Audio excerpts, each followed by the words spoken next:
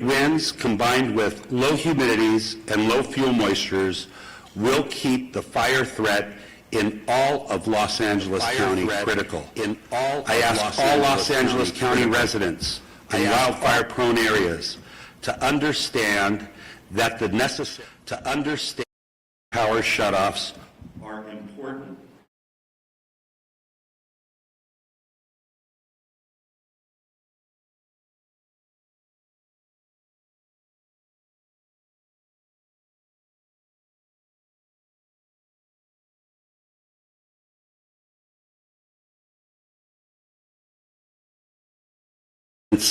And resources.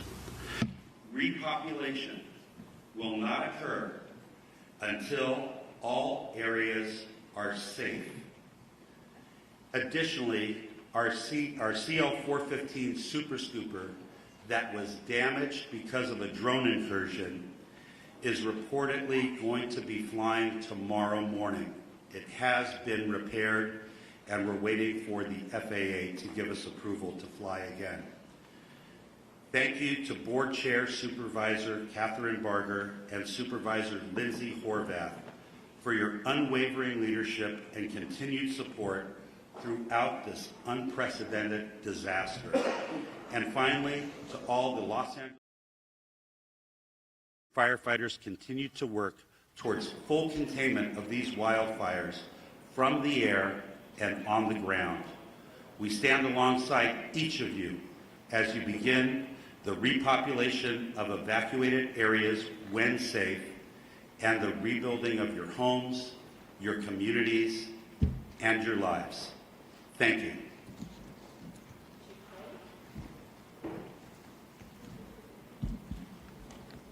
Good morning, everyone. Kristen Crowley, Los Angeles City Fire Department Fire Chief.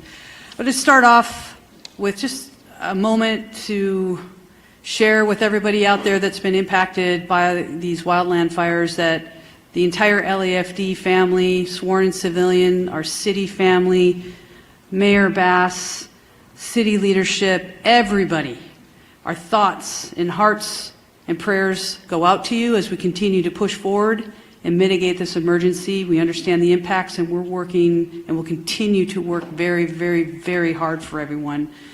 Another point I want to make is that also we are so very grateful for the firefighters and the first responders that have already arrived and continue to arrive in the Southern California region. We absolutely know that we cannot do this on our own, and we are tremendously appreciative of all of your continued support. As the increasing wind event is upon us as we speak, the Los Angeles City Fire Department has maximized our resource capabilities and response capabilities. All available LAFD resources have been staffed. I have strategically pre-positioned engine strike teams and task forces which are dedicated to rapid response for any new fire that breaks out in the city. In addition, I've directed the Fire Prevention Bureau to augment wildfire patrols in high hazard areas. The Palisades fire, your LAFD remains committed to this fire, and we have a significant number of engines that have been dedicated to this fire. The crews that are involved, we have crews from up and down the state, outside of the state, have made excellent work overnight, mopping up flare-ups and hotspots. Their primary focus last night was on the Mandeville Canyon area, and this fire is now at 23,713 acres with 14% containment, with 5,123 personnel assigned to the Palisades incident.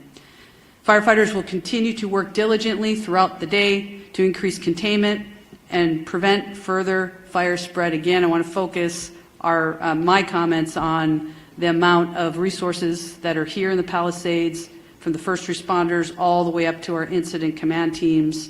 Again, we're going to keep working really, really hard for you. Just a brief comment on the Hearst fire. It's been held to 799 acres with 95% containment.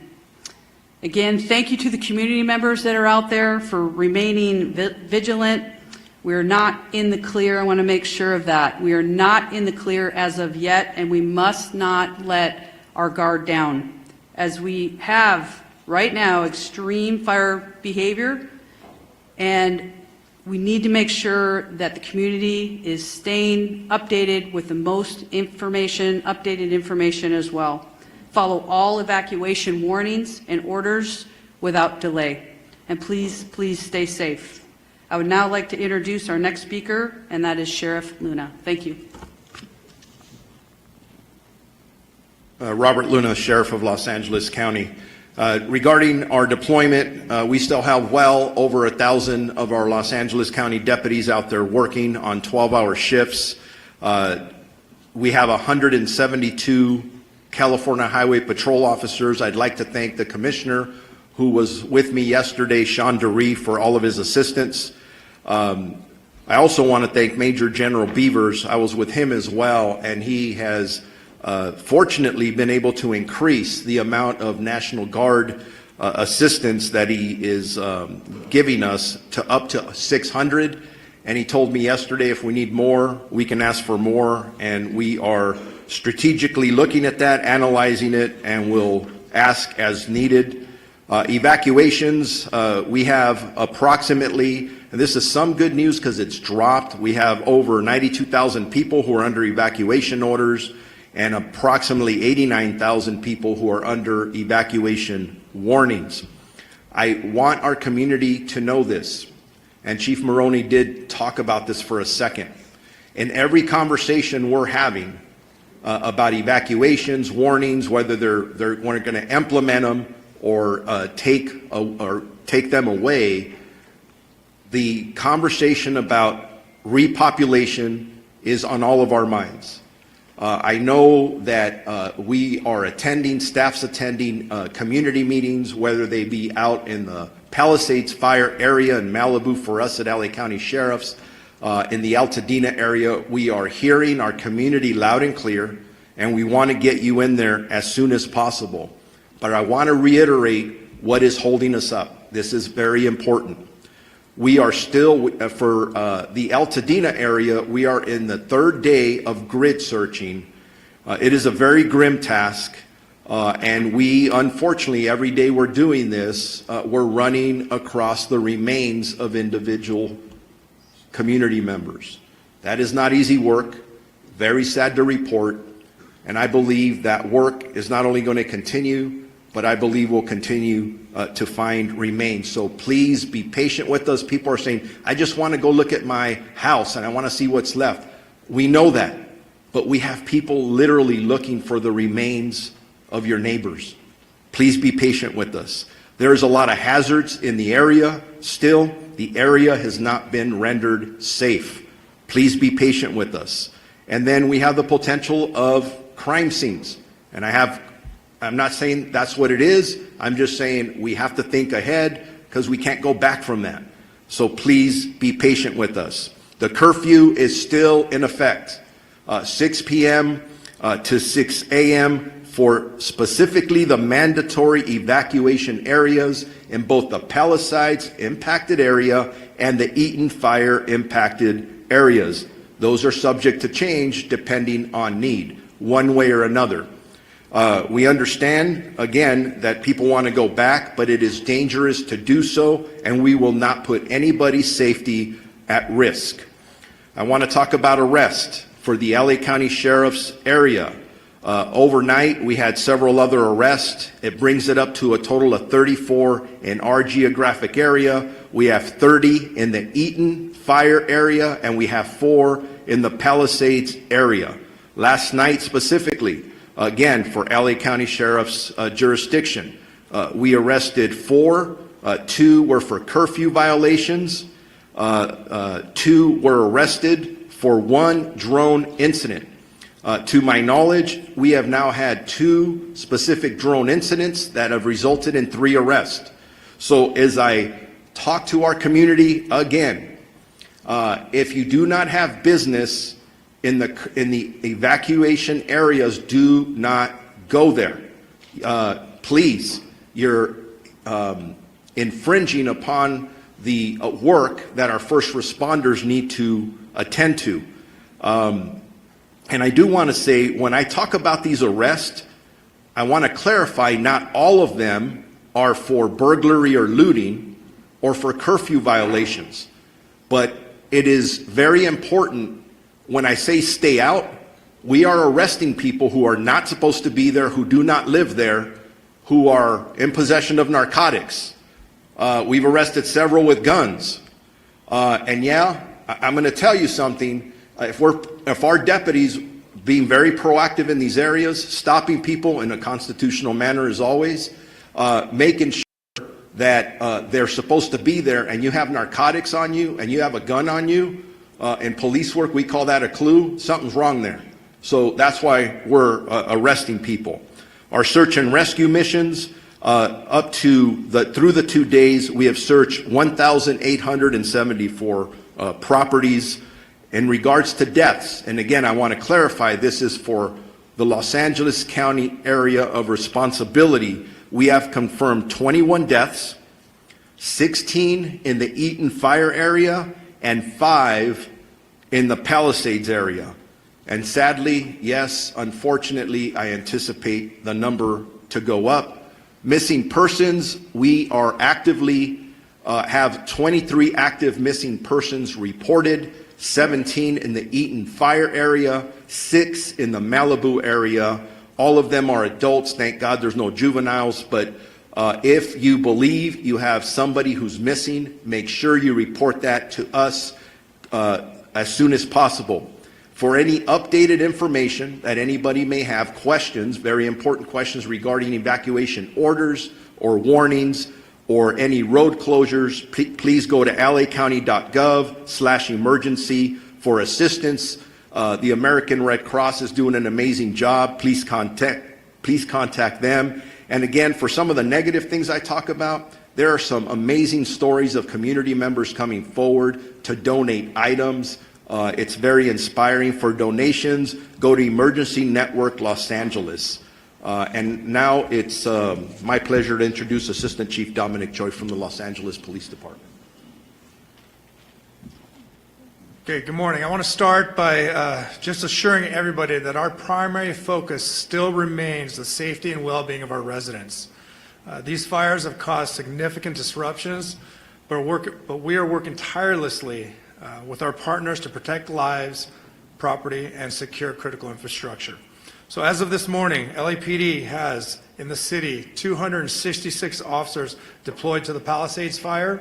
We also have support from our National Guard partners who have deployed 200 soldiers assigned to the incident. We're very grateful for their support. We also have dedicated resources investigating our missing persons reported. So at this time, as of this morning, 6 a.m., we have a total of 26 people reported missing in the city of Los Angeles. 17 of those individuals have been located safely. 9 of the 9 remaining, 2 most likely were found in the fires deceased, but they haven't been positively identified by a coroner's office yet, so those are still waiting to be identified. 1 individual, we believe, is located safely in a shelter, but that person, we're waiting for confirmation on that. There are 6 that remain unaccounted for, and we're diligently trying to identify and locate these people. So in total, in the city of Los Angeles, since Tuesday when these fires occurred, we have 3 fatalities. Again, 2 were found in the fires, and 1 was a burn victim that was transported earlier this week to a hospital. That person later passed away. If you want to make a missing persons report, you can do so either in person or over the phone. You can call any one of our 21 geographic stations and make that report, or you can call our missing persons investigation unit directly. I'm going to give you the number. It's 213-996-1800 and select option 3. That telephone is manned 24 hours a day currently. As of this morning, the city of Los Angeles, related to the fires, has a total of 14 arrests, 3 for curfew, 1 for impersonating a firefighter, 1 for possession of burglary tools, 4 for burglary, 1 for DUI, 1 for felony vandalism, and 3 for shoplifting. As the sheriff just mentioned, it's not just for looting or burglary that you're going to jail or curfew. If you're in the area, you don't belong in the area, you will be stopped and questioned, and whatever crime is being committed, you will be held accountable for that. So please stay away from these evacuation areas. Regarding escorts, we talked about this a little bit yesterday, but we tried to be compassionate and put together a team to escort residents to their homes to either retrieve small pets or their medication. But that line became exceedingly large, and it was causing more problems than solutions. We have halted this escort service for the safety of everyone involved. Currently, we don't have any timeline of when we're going to open up that service, if at all. So please be patient with us. We know you are waiting. If you are still waiting at any of these checkpoints to be let in or escorted, please do not wait there. You will not be let in or allowed to have an escort at this time. Also, another important reason for stopping these escorts is because we have search operations beginning. Over the next 48 hours, we'll be working alongside LAFD Search and Rescue, our ATF partners, as well as the LA County Coroner's Office throughout the burn areas, giving priority to those people that are reported missing in these burn areas. From there, a grid search will take place that could result in crime scene preservation and then recovery of remains. We hope that the high volume of resources dedicated to this effort will expedite the process. And as many of you know, the dry conditions and winds increasing, it's possible that evacuation orders may increase. I know overnight we saw some of the evacuation orders turn into warnings, but we can absolutely see some of these areas increase to mandatory evacuations again. So we urge you, please heed these orders. It can save your life.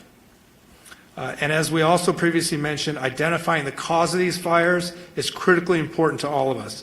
In conjunction with our partners and led by ATF, we have created a Los Angeles Regional Wildlife Investigative Task Force. And while their work is still in the early stages, we're committed to identifying the cause and origin of these fires, and we're also committed to holding anyone who's responsible for these fires accountable. And to further protect the residents of Los Angeles, in the city, our curfew is also still in effect from 6 p.m. to 6 a.m. In short, if you don't belong there, don't be there. In closing, I want to reiterate that our department and all of us standing here this morning are with you.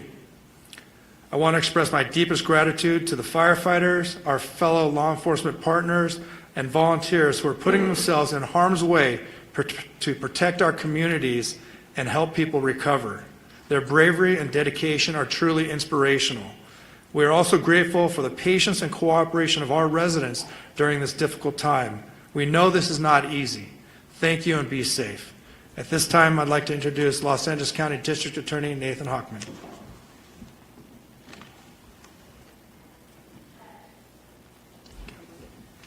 Thank you.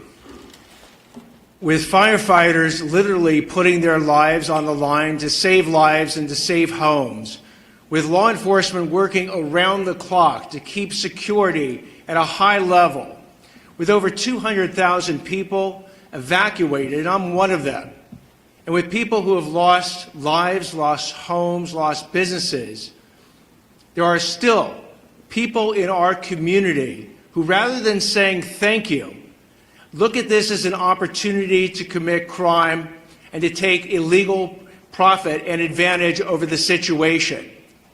We've seen this come up, and you've heard law enforcement describe the arrests that have been made, whether those arrests are for looting, burglary, grand theft, whether those arrests are for arson, whether those arrests will eventually be for price gouging, because we have been seeing price gouging with hotels, people offering residents as well above the 10% addition that they can charge. We've seen that with medical supplies, other types of supplies, price gouging going on. So the criminals have decided that this is an opportunity, and I'm here to tell you that this is not an opportunity. You will be arrested, you will be prosecuted, and you will be punished to the full extent of the law. At 2 p.m. today, we'll be holding a press conference to announce the first charges in a looting case and the first charges in an arson case. This is not an arson case tied to the major fires. It was an arson case that was done on the side, in essence. You will hear that these people who've committed these crimes are facing very significant sentences. I am working with over 750 deputy district attorneys and in the entire law enforcement community to bring these people who are despicable and disgraceful to justice. And we're not only going to see what's happening right now in connection with bringing stability to our community, whether it's, again, going after the looters, the arsonists, or the price gougers, but we're starting to see the criminals emerge who are going to go after the recovery efforts.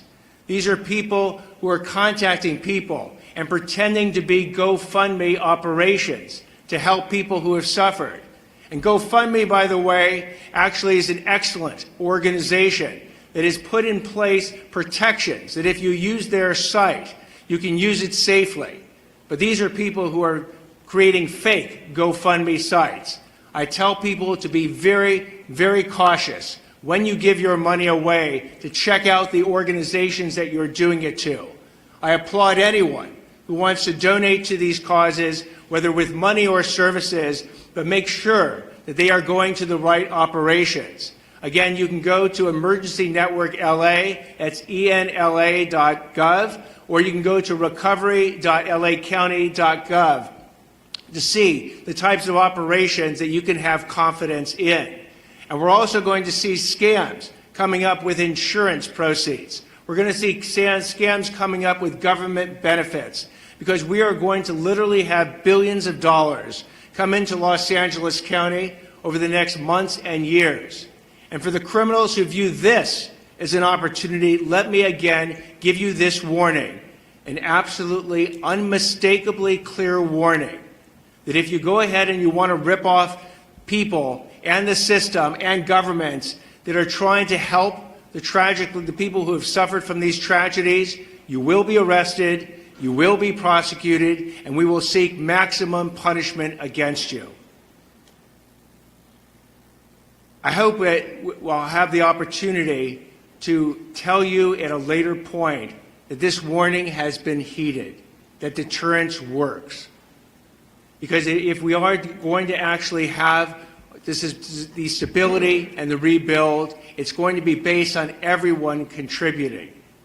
But for those who don't want to heed this message, the warning has been cast out there, and the warning will actually have teeth behind it.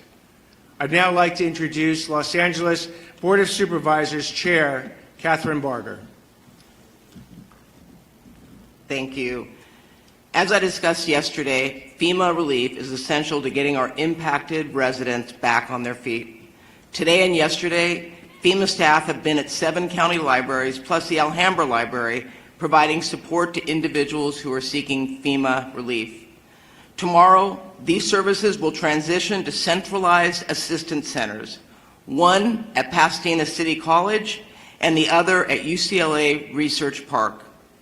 These centers will be in-person venues where all impacted individuals can receive direct support for FEMA's assistant program, which helps residents access lodging, essential items, and other large financial needs. You can visit recovery.lacounty.gov for all the details. And I would encourage everyone listening to go to one of these sites, because I was at Pasadena Convention Center, and I know Supervisor Sleece, you were as well. And I saw people handing out cards. I don't know who they are. I don't know who they represent. But people are looking for an opportunity.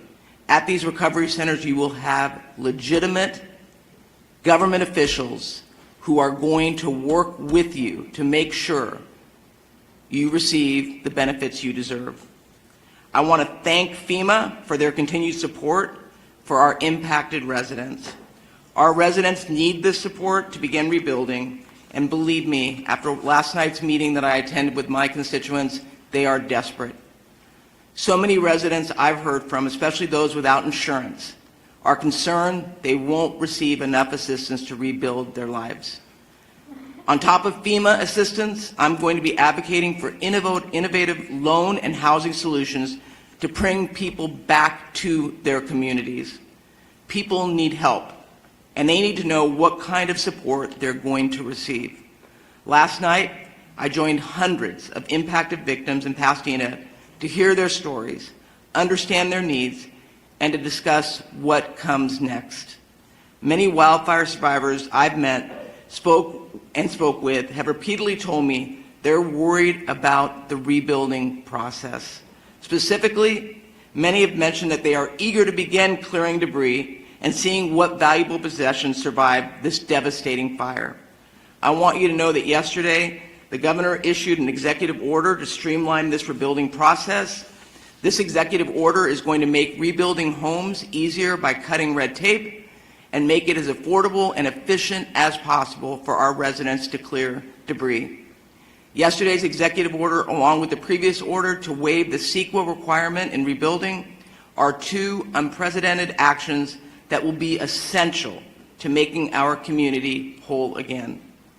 I know that our wildfire survivors want nothing more than to begin the rebuilding process, and it is our job in government to get out of the way. Our neighbors deserve nothing less. To all the residents in our county, we must maintain diligence over the next few days as winds increase again. Please listen to law enforcement and their evacuation notices. And believe me, I heard last night, many are frustrated. These next few days are crucial in our fighting of the existing fires and also preventing any new fires. Thank you for taking it seriously. I'd now like to introduce LA City Mayor Karen Bass. Thank you, Supervisor. Angelenos, as we continue to experience the shock, the grief, and the anger, we have to stand together, and it is in that spirit that we have seen hundreds, if not thousands, of Angelenos traveling all around the region to deliver supplies, clothes, whatever they think might help the victims of these fires. As we've mentioned, the National Weather Service is predicting close to hurricane force level winds, and so we're making urgent preparations. My top priority and the priority of everyone else is to do everything we can to protect lives. As these winds approach, LA City firefighters and firefighters from across the county, state, and nation, and even overseas, are in a proactive and strategic posture to save lives. Firefighting resources from LAFD and fire departments from all over are positioned in strategic holding locations. DWP is deploying water tankers to augment water supply for firefighters. The emergency operations centers remain activated at the highest level to rapidly coordinate emergency response. As we prepare for more wind, we're also urgently working to provide people with much-needed resources. This week, as Chair Barger said, our city and county will launch in-person local assistance centers that are tailored to those affected by specific fires. These local assistance centers is for Angelenos impacted by the Palisades and Hearst fires, and they will open at the UCLA Research Park, which was formerly known as the West Side Pavilion. It will operate from 9 a.m. to 8 p.m. 7 days a week. These centers will help people who have lost vital records like birth certificates, driver's license, Social Security documentation. They will help people who've lost their homes or businesses apply for disaster relief loans, and they will provide referrals for mental health counseling and other services. We anticipate that there will be representation for over 20 city departments. There will be representatives from the state and federal departments and agencies. Later today, we are also going to be releasing policies on the city level that will help with the rebuilding process. So as we continue to go through these next few days where the fires are still a serious threat, we also want to begin to help people put their lives back together and to prepare to rebuild our city. I also want to again remind Angelenos that lacity.gov is now a one-stop shop for assistance for those who are impacted and a place to help Angelenos find a way to get involved. As the winds pick up, please stay safe. Please heed the call to evacuate should you receive that. And remember to heed all public safety guidance. Thank you. I'm Lindsay Horvath, Supervisor for the 3rd District of Los Angeles County. The latest Palisades fire updates As you've heard, more than 23,000 acres have been impacted by this fire, and it is 14% contained. We have over 5,100 personnel, including 44 helicopters and 540 engines. The fire continues to hold along Mandeville Canyon, and we are grateful for our first responders and all those on the front lines fighting in this area. We know it is critical, and you are doing a great job. We've also made significant progress in Topanga Oaks, Sylvia Park, Temescal Ridge, to Mulholland. All of these areas have been under threat, and we are continuing to hold. Santa Monica has lifted their evacuation orders and downgraded to warnings in North San Vicente, moving from order to warning at 8 a.m. today. All of the warning areas have been lifted. A particularly dangerous situation has been issued. Strongest winds from Tuesday morning until Wednesday. We strongly encourage caution and vigilance. This is the weather prediction that the National Weather Service had going into last week's event. So these conditions are significant, they are serious, and we need you to follow all orders. All Santa Monica Malibu United School District schools will remain closed today. All Santa Monica campuses, except for Roosevelt Elementary, will be open. All LAUSD schools will be open today except Canyon Charter Elementary, Kenter Canyon Charter Elementary, Palisades Charter Elementary, Marquez Charter Elementary, Topanga Charter Elementary, Lanai Road Elementary, and Paul Revere Middle School. Our Department of Mental Health has resources for how to speak with our young people about wildfires at dmh.lacounty.gov. We need to support our children in this time and make sure they're able to talk about this tragedy. Our DMH helpline is 800-854-7771. Metro fares continue to be suspended for as long as conditions remain the same. We thank our chair of the Metro Board, Janice Hahn, and our CEO, Stephanie Wiggins, for their assistance. Palisades Post Office has been relocated to Rancho Park Post Office. Residents can pick up their mail at 11270 Exposition Boulevard on the first floor. Recovery.lacounty.gov has launched. You can find initial damage assessments as well as maps to indicate your property location and status, comprehensive list of county resources by department, federal, state, local, and nonprofit emergency assistance. Once again, that website is recovery.lacounty.gov. Our Department of Economic Opportunities East LA Entrepreneur Center and America's Job Centers of California open today as well to support impacted workers as well as small businesses. As far as public health updates, the air quality smoke advisory continues through next week.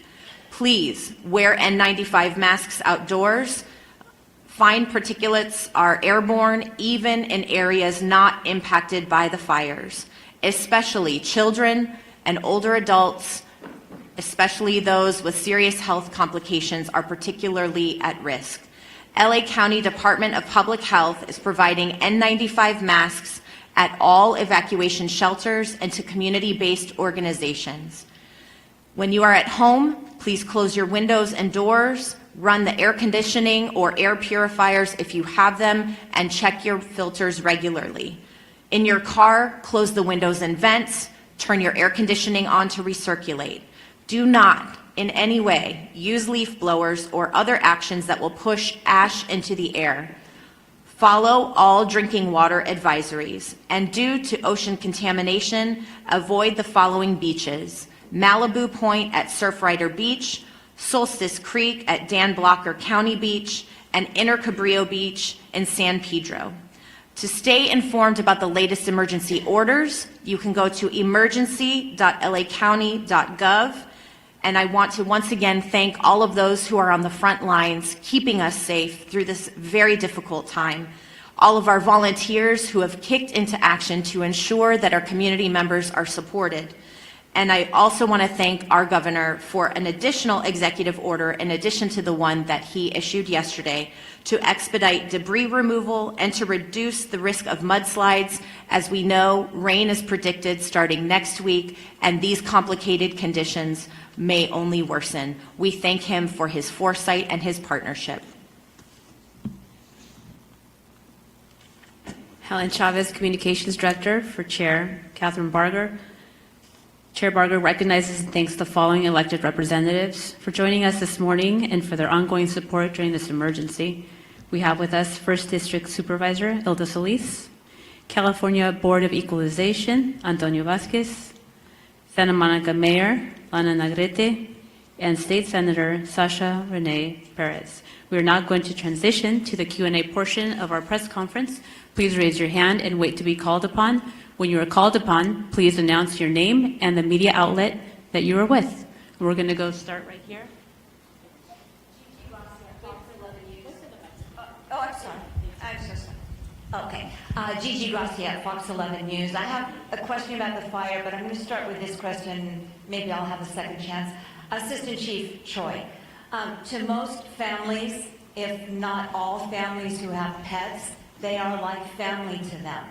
Tomorrow will be 7 days that those pets that are inside the houses that survived may be without water and most likely without food, which would put that in an extremely critical condition that could lead to death if it hasn't already. Is there nothing that can be done for those folks that are telling us they are desperate, they just want to go in, get their pet, and go right out? They don't want to look at the house, they want to get their animals out. The fire broke out at 10:30 Tuesday morning. Many folks were at work already and have not been able to get back. Yes, I can tell you my comments were specific to escorting that resident or those residents back to their house to do such things. There are other options that we can do. For example, officers that are patrolling the area can get a list of locations at the checkpoint. Officers can patrol these areas and go check themselves. I'm not saying that's exactly going to happen, but there are options where we don't have to leave a pet in there if we're made aware of that. So you can go to the checkpoints and talk to officers, but I urge you not to go there just to wait to go in to see your house, which is largely what a lot of these individuals are doing. They're waiting to be escorted to see their property, which we can't do. We still aren't doing medication in pets. However, we can come up with a way where if somebody knows a pet is in the residence, that we'll do everything we can in our authority to go in there and get that pet.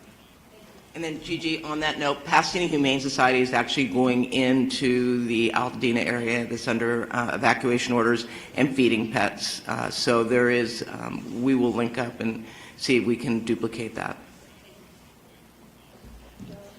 Woman right there in the right here. Yep, and then we'll go. Oh, you've got to hold on to great. Sorry. Hello, Jane Secker, Sky News. A couple of questions. One to Fire Chief Maroney. More bad winds on the way. We know the conditions, as we've just heard, are going to be the same as last week. How confident are you that you're better prepared this time? And also a question for Mayor Bass, if I might. Our correspondent David Blevins asked you last week if you owe the people of Los Angeles an apology for cutting the fire budget. You didn't respond to him then. Would you like to respond to us now? So for the fire question, thank you. We're absolutely better prepared for this coming PDS, the severe fire weather event.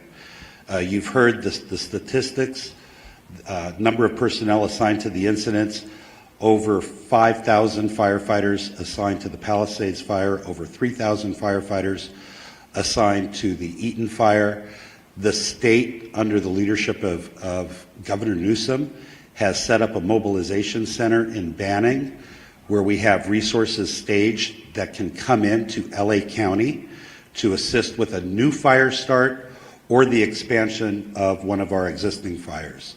We also have numerous aircraft, local government aircraft, helicopters, we have water bombers, we have retardant fixed-wing aircraft from the state and federal government, we have military aircraft. So we've not only augmented the ground resources, but also the air resources.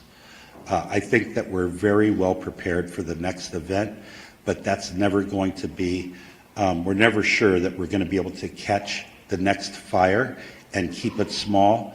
They said 70-mile-an-hour winds. It's going to be very difficult to contain that fire. That's why we ask all residents in a brush-prone area to be prepared to evacuate if you get the evacuation order, and start those preparations before the evacuation warning comes. Thank you. That was a two-part question to that, correct? My focus is on us being prepared as a city for tomorrow. As you began, we could face another very difficult situation for thousands of Angelenos. When we are past this period, there will be an evaluation of everything that went on. And at that point in time, we will see there is not agreement as to whether or not the budget was cut. All of those issues will be resolved when we are clear that Angelenos are safe and we are ready to rebuild our city. Thank you. Thank you. We're going to go right here in the middle. Next. Jonathan Bigliotti, CBS News, for Mayor Bass, please. Last week, many people were working and could not get back in time to properly evacuate. As we've discussed in this room, there were pet care issues, health care issues, child care issues. Now ahead of this latest event, you have businesses that are proactively closing, essentially treating this event like it was a hurricane or a blizzard. If they are taking those steps, why are you not implementing broader closures right now to keep your constituents safe? We are doing everything we can to keep Angelenos safe. If there is a need for closures, that will be done. But right now, we are in preparation for tomorrow. Thank you. Is this the data to treat this like it is a hurricane or a blizzard? Absolutely it is, which is why you see everybody here standing united, prepared and ready to address what, if hopefully we won't experience, but we are ready, we are prepared, and we will continue to do everything we can to keep Angelenos safe. Thank you. But now this is important because this is the fourth time we've had these dire warnings. Each previous time there has been loss. So this is a critical time to make those decisions. In hurricanes and blizzards, like I've discussed, people stay at home. Businesses are closed. People can then prepare to evacuate so there aren't pets left in their homes. There aren't children with daycare providers. They're scrambling. They scrambled last week. There are pets. So the question is, what are you doing to make sure that that doesn't happen today? Okay, we're moving on over here in the back right there. Hi, I'm Morgan Windsor for ABC News. I have two questions. One for fire officials regarding the status of the investigation on the Eaton fire, and then a second for perhaps the district attorney on price gouging. The first question, I'm wondering if officials are honing in on the transmission towers owned by Edison in the area of the Eaton fire as a possible source of ignition. Yeah, thank you for your question. I'm going to turn that over to the LA County Sheriff. The cause of the fire is still under investigation. The sheriff might have an update for you. If it is arson and not the transmission tower, then that would be a crime. I'd like the sheriff to speak to that. Simple answer to that is yes. We're looking at everything. We have a team that is obviously focused on the response as we prepare for any event, and then the investigation, not only into the recovery of the remains and the issues surrounding that, but anything that would have caused any of the fires anywhere in our jurisdiction. I think the chief or the assistant chief from LA talked about a task force. We're on that as well. We're working together, and we expect to find answers. Okay, I saw a hand right here in the blue check. Hi, good morning. Lauren Coronado with NBC4 News. This is for Chief Crowley. You mentioned wildfire patrols in high-risk areas. Can you identify those high-risk areas? Sure. So, and that's that lean forward posture as we're looking to do everything in our power to ensure that we maximize our efforts with the resources that we have, which this whole patrol, we're utilizing fire inspectors. So with that, we're going to be patrolling, taking a proactive approach. Anywhere where there's any wildland risk is where we're going to be patrolling. It's just extra set of eyes, ears. We can also help the community with questions. And that's really important. The community also knows that the city, the fire department is leaning forward. We're utilizing the resources that we have. So to answer your question very specifically, it's anywhere where it's in the wildland area. That's where we're going to be putting our patrols out. Thank you. Thank you very much. I have one more question. Sorry, I should have asked right off the bat. For any fire official, I understand there's better air resources this time around, military equipped. With these high winds, I know a big issue is that they weren't able to be utilized because of the high winds. When we're talking military equipped, does that change things? Can you do those aerial attacks with these kind of aircraft? It's not going to change it. So we still have wind cutoff speeds for fixed-wing retardant tankers, water bombers, and helicopters. The helicopters that we have at LA County Fire are military helicopters. They're patterned after the Black Hawk. And still we do have wind cutoff speeds, not only for the safety of the helicopter, but what happens as the wind speeds increase, the effectiveness of the water drops or retardant drops is affected. And the minute that aerial firefighting resources are no longer efficient or effective or safe, we have to ground them. That's the unfortunate truth, but we do have a lot of people on the ground that can still fight the fire. You saw our firefighters, 100-mile-an-hour winds, Eaton Canyon and Altadena that kept fighting the fire even in those strong winds. Thank you. Thank you. We're going to go over here, and then we'll go over here. Thank you. This is Dave Zonizer at the Los Angeles Times. I was wondering if you could go sort of fire by fire and tell you where you are on determining the origin. Are you guys looking at whether or not New Year's Eve fireworks might have been a trigger for the Palisades fire with something then flaring up later? I know you mentioned the Eaton Canyon fire, but can you tell us, for example, is arson being viewed definitely as the cause of the Sunset fire? Could somebody just walk us through each of them? Yeah, I mean, I could talk about, so right now we have the task force that is robust, that is, they're identifying cause and origin for each of these separate fires. There's so many of them. None have been ruled out of arson. They're ongoing investigations, but also the Palisades fire specifically, since that's the one that's still rampant in the city of Los Angeles, there's been no definitive determination that it is arson at this point, but we're looking at every angle. Anything more specific? It's an ongoing investigation. If I could, I would. I don't have the answer for you. Understood. Thank you. We're going to go right here. Hi, this is Kate Cagle from Spectrum News 1. I have two questions. One for Fire Chief Maroney. Is there a definite threshold for wind speed when those aerial drops have to stop? Like, is 70 miles an hour that threshold? And then my other question is, given how dense some of these neighborhoods are where we've seen orders and warnings, I mean, all the way to Wilshire and Santa Monica last week, we've seen gridlock when people are trying to all get out at once. Have you guys worked on addressing that issue if people do have to evacuate tonight from an extremely dense area like we saw with the Sunset Fire? Folks just couldn't get out because traffic was jammed. How do you address that? Yeah, so to answer the first part of your question, there is a specific threshold. And I don't remember what that threshold is, although I used to work at air operations. 30 to 40 miles an hour is beginning, I believe, to be that threshold. I'll see if our CAL FIRE partner from the state of California remembers what that threshold is for helicopters and fixed-wing air tankers.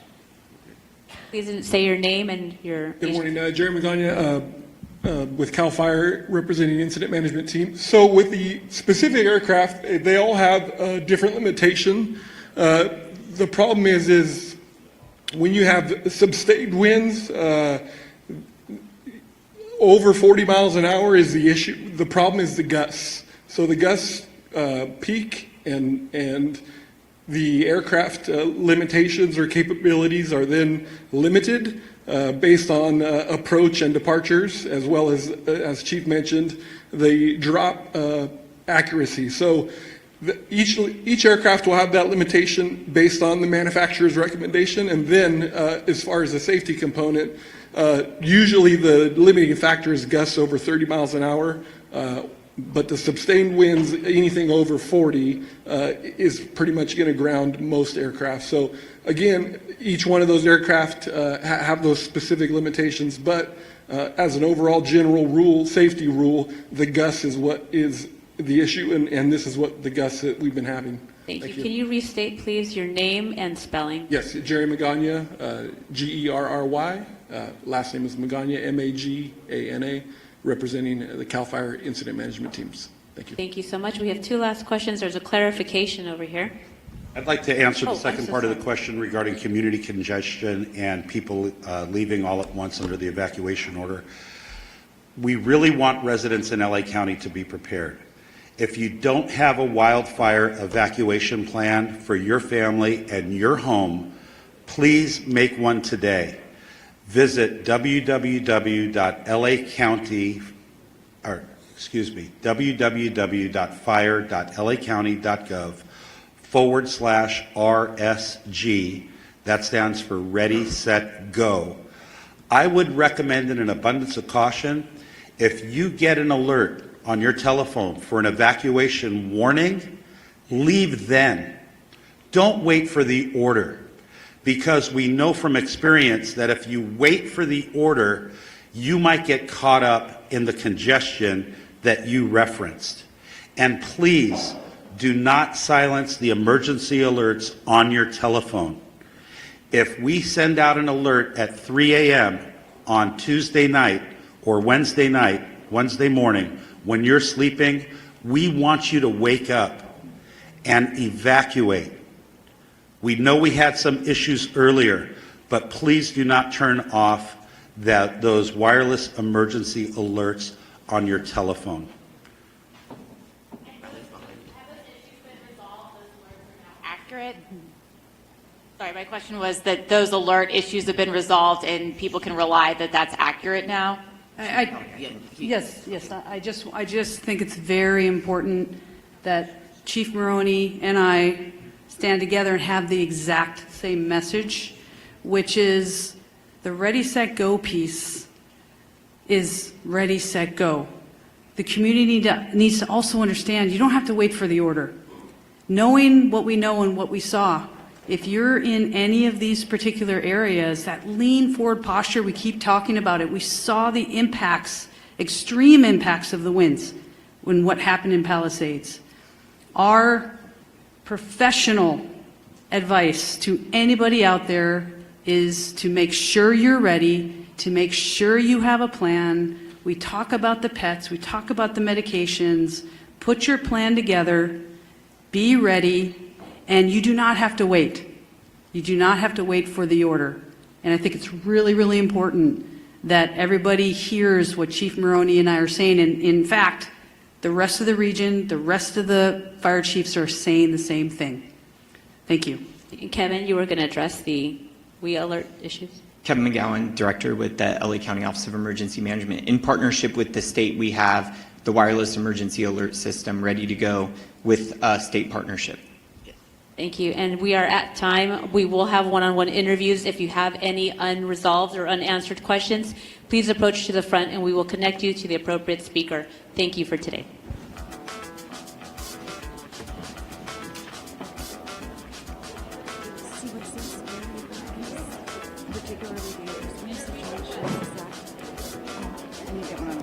But is that the new aerial attack? Can I get why it can't be done? Because it just physically can't be done. But it's like,